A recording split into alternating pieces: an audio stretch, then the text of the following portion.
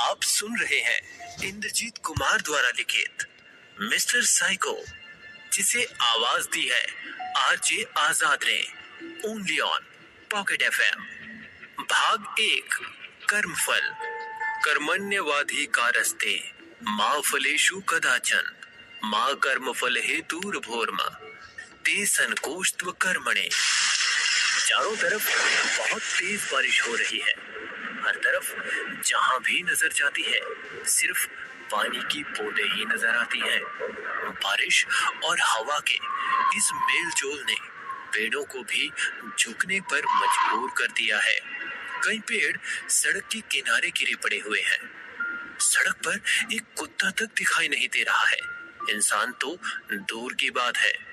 चारों तरफ एक भयानक सन्नाटा है जिससे माहौल डरावना हो गया है। इस भयानक माहौल में कोई दूर से भागता हुआ आ रहा है। कोई इंसान है जो अपनी जी जान लगाकर भाग रहा है। उसे आसमान की बिजली का भी डर नहीं है। उसका चेहरा पूरी तरह से खून से रंगा हुआ है।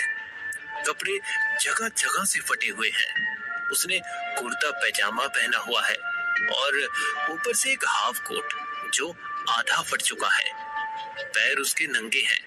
उसके सूजे हुए पैरों को देखकर लगता है कि अब उनमें जान ही नहीं रह गई है। वो अब आराम करना चाहता है, पर वो शख्स है कि पैरों की ना सुन अपनी जान बचाने में लगा हुआ है।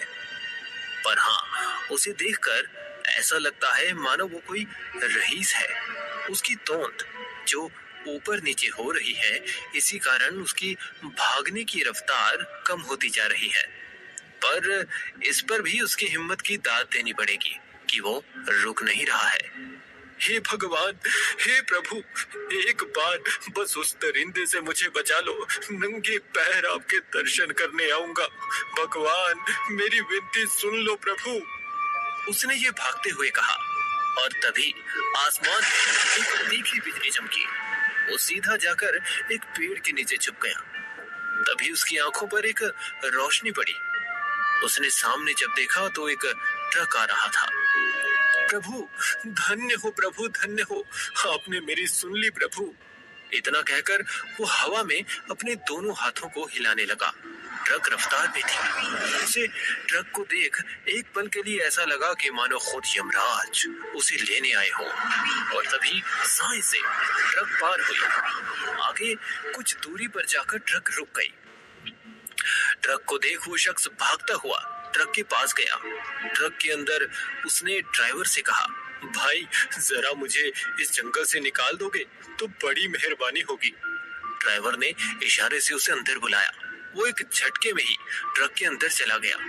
उसने देखा कि ट्रक ड्राइवर ने अपना चेहरा पूरी तरह से ढका हुआ है। उसे ये देख थोड़ा अजीब लगा। उसने पूछा, भाई अपना चेहरा तो दिखाओ। उसकी बात सुनकर ड्राइवर ने ना में सर हिलाया और गाड़ी की रफ्तार बढ़ा दी। गाड़ी अब पूरी रफ्तार से सोनी सड़क पर भाग रही थी। यहाँ तक कि रफ्तार बताने वाली सुई भी टूट चुकी थी। इतनी रफ्तार देख वो शख्स घबरा गया। इतनी भी जल्दी क्या है, थोड़ा धीमे चलाओ, बारिश का मौसम है, सड़क पर फिसलन होगी। उस शख्स की बात सुनकर ड्राइवर ने पहली बार कुछ कहा। कर्मण्यवाधिकारस्ते माँ फलेषु कदाचन माँ कर्म फल हेतुर्भोर्म ते संकोस्त्व कर्मणे। इसका मतलब जानते हो? ड्राइवर ने आगे मतलब समझाते हुए कहा, कर्म पर ही तुम्हारा अधिकार है, लेकिन कर्म के फलों में कभी नहीं। इसीलिए कर्म को फल के लिए मत करो और ना ही काम करने में तुम्हारी आसक्ति हो। पर तुमने गीता के इस श्लोक को झूठा ही साबित कर दिया। तुमने अपना कर्म नहीं किया, पर उसका फल अब तक भोगते आ रहे हो और इसी कारण आज तुम्हारी मौत तुम्हारी आंखों के सामने हो रही है। क्या मतलब है तुम्हारा? उस शख्स ने यह पूछा ही था कि ड्राइवर झट से कूद गया और ट्रक अपने आप ही से बाहर हो गया। उसका संतुलन बिगड़ा और ट्रक सीधा एक गहरे काले तालाब में जा गिरा। कई घंटे हो गए पर वो शख्स तालाब से नहीं निकला। स्वागत है आप सबका इस कहानी में जिसका नाम है मिस्टर साइको। और पेश है आज का ये पहला एपिसोड, काला तालाब। 5 घंटे पहले। पापा, मैं पहले से थकी हुई हूँ और अब मुझे ये काम दे रहे हो, मैं नहीं कर रही, आप टीना से करवा लो।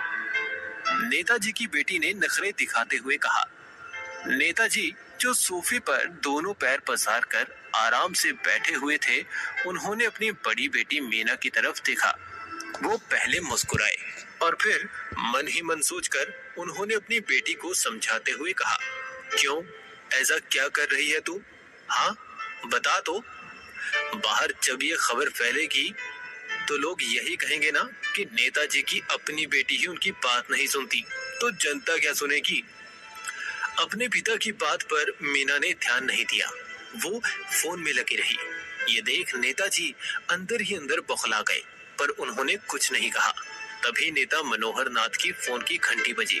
उन्होंने इशारे से फोन को अपनी छोटी बेटी टीना से मंगवाया। बाएं कान में फोन लगाते हुए उन्होंने कहा, हाँ बोलो छोटू, क्या बात हो गई?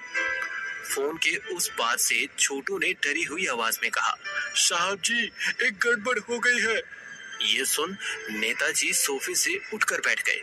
उन्होंने अपना कुर्ता ठीक करते हुए धीरे से कहा, ताकि उनकी बेटियों को न सुनाई दे। नेता मनोहर नाथ ने कहा, क्या गड़बड़ हुई बड़बक? साहब जी, हमने जो बक्सा रखा था ना, वो गायब है। छोटू ने रोती हुई आवाज में फोन पर कहा। बक्सा शब्द सुनते ही मनोहर नाथ का दिल बैठ गया। वो जल्दी से निकल पड़े। उन्होंने अपना चप्पल तक नहीं पहना। रात के 7 बज रहे थे। उनका ड्राइवर कहीं गया हुआ था, इसीलिए उन्होंने खुद ही गाड़ी निकाल ली। गाड़ी को बाहर निकलते देख मनोहर की पत्नी ने किचन से कहा, कहाँ चल दिए आप इस वक्त? मैं थोड़ी देर में आता हूँ अपने फार्म हाउस से, तुम खाना खा लेना अगर देरी हो गई तो। इतना कहकर मनोहर ने अपनी गाड़ी को किसी रेस ट्रैक पर उतार दिया। सड़क पर उनकी कार हवा से बातें करने लगी और कुछ ही देर में वो अपने फार्म हाउस पहुंच गए। वहां का माहौल देख उनको शक हुआ। उन्होंने छोटू को फोन लगाया तो दूसरी बार में छोटू ने फोन उठाया। मनोहर ने गला फाड़ कर कहा, कहाँ हो कमबख्त? मैं यहाँ पहुंच गया हूँ और तुम्हारा अता पता तक नहीं है। पहले तो मनोहर की बात पर छोटू पूरी तरह से तंग रह गया। फिर बाद में उसने कहा, मैं अपने घर पर हूँ साहब जी, और आप कहाँ पहुँच गए? कथे, तूने ही तो कहा था कि फार्म हाउस में हमने जो बक्सा रखा था वो गायब हो गया। मनोहर के मुंह से ये बात सुनकर छोटू फोन पर जोर से चिल्लाया। उसने चिल्लाते हुए कहा, क्या बक्सा गायब हो गया? कैसे साहब? क्या कैसे? ये तो तुझे पता होगा ना। मनोहर ने अपने गुस्से को शांत करते हुए कहा। मनोहर की बात को छोटू समझ नहीं पाया। उसने फिर से पूछा, मुझे कैसे पता होगा साहब? मैं तो अभी सुन रहा हूँ कि बक्सा गायब हो गया है। छोटू की बात पर मनोहर खिंच गया। उसने छोटू को गाली देते हुए कहा, तुमने थोड़ी देर पहले मुझे फोन नहीं किया था क्या? मनोहर के शक को दूर करने के लिए छोटू ने कहा, साहब, मैंने कोई फोन नहीं किया, मेरे फोन में बैलेंस ही नहीं है, तो फोन कहाँ से करूंगा? तो फिर फोन किसने किया? वाह! तभी मनोहर के सिर पर पीछे से किसी ने वार किया। क्या हुआ था मनोहर नाथ के साथ? किसने किया था वो फोन और किसने उसके पीछे से वार किया?